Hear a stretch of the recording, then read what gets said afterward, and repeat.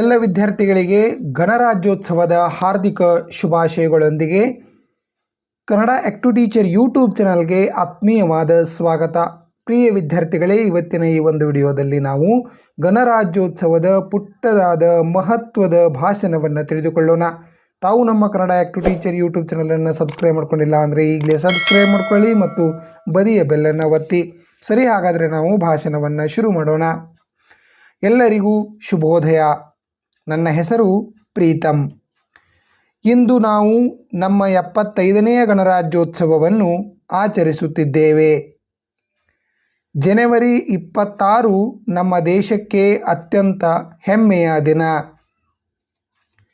ನಮ್ಮ ಸಂವಿಧಾನವು 1950ರಲ್ಲಿ ಈ ದಿನದಂದು ಜಾರಿಗೆ ಬಂದಿತು. ಸಂವಿಧಾನವನ್ನು ಡಾಕ್ಟರ್ BR ಅಂಬೇಡ್ಕರರು ರಚಿಸಿದ್ದಾರೆ. ಗಣರಾಜ್ಯೋತ್ಸವ ಪರೇಡ್ ಈ ದಿನ ದೊಡ್ಡ ಕಾರ್ಯಕ್ರಮವಾಗಿದೆ. ಇದು ನವದೆಹಲಿಯ ರಾಜ್ಪಥದಲ್ಲಿ ನಡೆಯುತ್ತದೆ.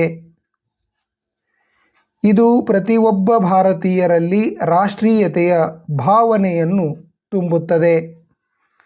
ನಾನು ಭಾರತವನ್ನು ಪ್ರೀತಿಸುತ್ತೇನೆ, ನಾನು ಭಾರತೀಯ ಎನ್ನಲು ಹೆಮ್ಮೆ ಪಡುತ್ತೇನೆ ಹಾಗೂ ಭಾರತವನ್ನು ಹೆಮ್ಮೆ ಪಡುವಂತಹ ಕಾರ್ಯಗಳನ್ನು ಮಾಡುತ್ತೇನೆ ಎಂದು ಹೇಳುತ್ತಾ ನನ್ನೆರಡು ಮಾತುಗಳಿಗೆ ವಿರಾಮ ನೀಡುತ್ತೇನೆ. ಜೈ ಹಿಂದ್, ಜೈ ಭಾರತ್.